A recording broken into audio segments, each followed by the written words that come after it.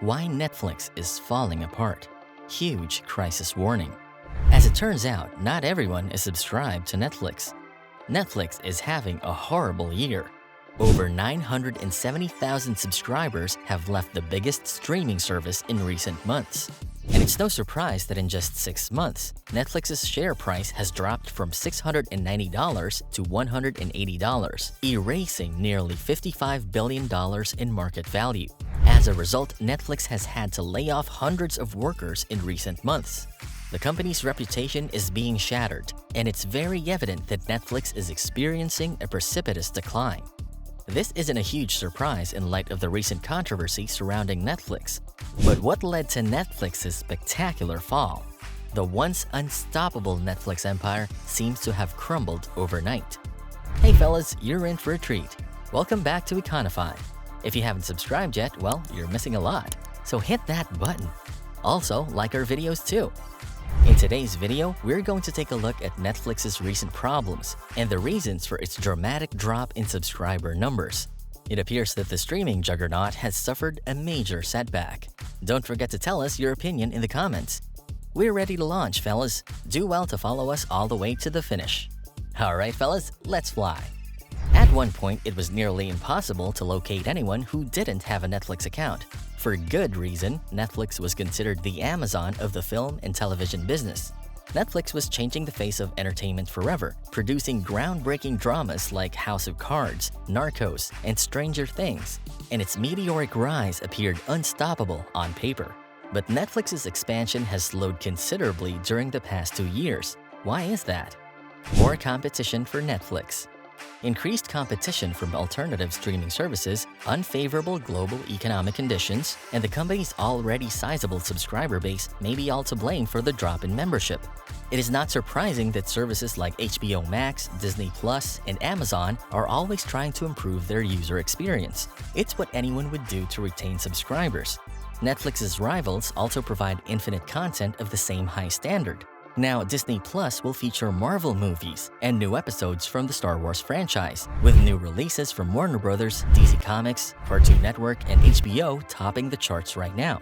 In recent years, Disney, Amazon, HBO Max, and Apple, to name a few, have caught up to the industry leader. For example, HBO and HBO Max concluded March with 3 million more members than they had at the end of March of previous year. And Disney Plus gained 7.9 million paid consumers in the first 3 months of 2022. While this is happening, it appears that Netflix customers are becoming more and more dissatisfied with the service. Netflix's customer happiness ranking has plummeted from second in the sector in 2021 to fourth this year, according to a survey by IT and entertainment company Whip.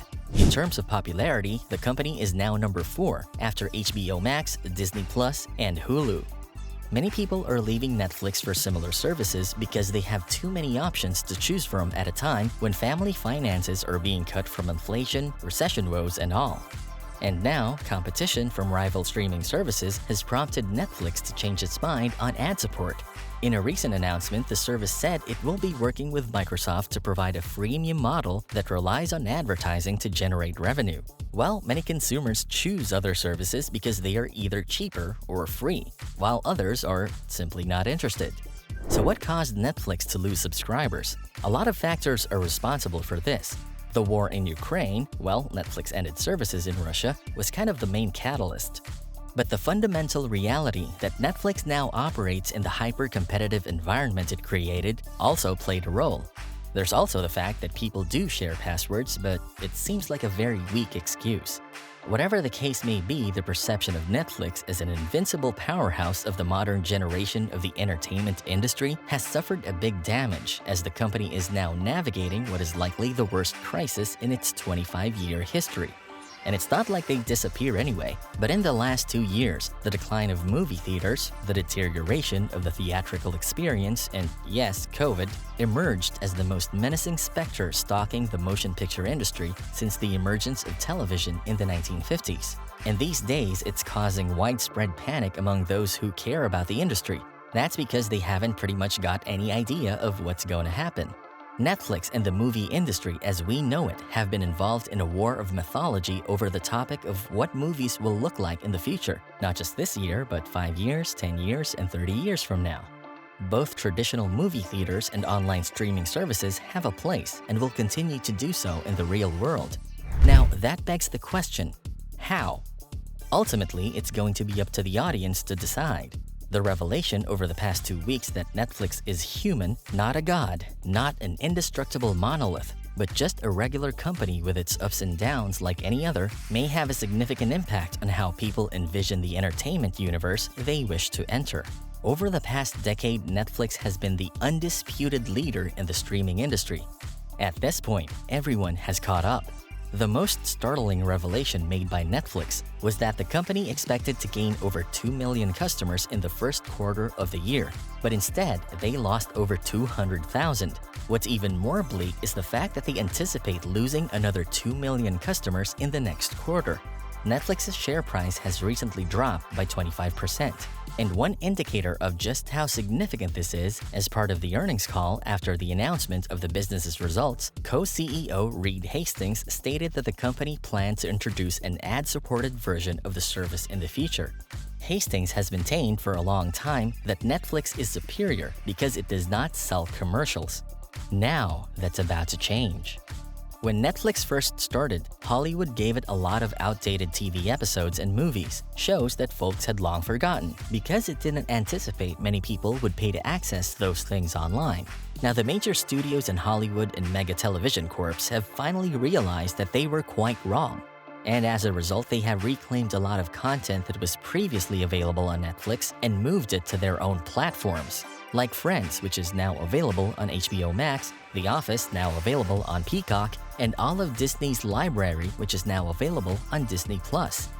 More importantly, they are in direct competition with Netflix for original content. So you can see that Netflix has lost a lot of content that was both popular and useful, and it has also become more challenging to discover new, equally impressive works. Netflix price increases. Streaming thousands of movies and TV series for only $7.99 a month, Netflix was once considered the best value in entertainment. Now, in the year 2022, the days of good value have long since passed. There have been 6 price increases since 2014, with the most recent one pushing a regular Netflix subscription to $15.49, nearly double the initial $7.99 price. Now, in terms of monthly cost, Netflix has surpassed HBO Max as the most costly streaming service available. While price increases are inevitable, 6 in 8 years is pretty absurd. And each subsequent rise has had the effect of frustrating even the most devoted Netflix customer. The last thing people need right now, with the economy in shambles, was to see the cost of their Netflix subscription go up again. In that respect, we could see that Netflix really established its own precedent to crash. In addition to the significant number of viewers lost due to Netflix's exit from Russian territory, the service's new pricing structure may even be met with widespread hostility and result in an even larger drop in subscriber numbers. New members joining Netflix are going to see the price rise immediately, while existing members will probably see it in their subsequent monthly payments. Clearly, this led to users to conclude that rival services to Netflix are less expensive, pretty much like paying for rent and mortgages lesser than their Netflix subscriptions. And who does that? Many sharp corners remain after Netflix's decline. The chain of events is very much like a line of dominoes, and I'm not talking about the hefty cost of Netflix memberships or how poorly executed productions are pushed to market. Is the streaming platform going to continue its steady fall? Or will it finally receive the boost it so desperately needs? Hey, you just never know. Okay guys, thanks for watching. You can add your opinions too, so let us know what you think in the comments. Like and subscribe for all our videos, and don't forget to turn on bell notifications to receive more amazing content. See you in the next video.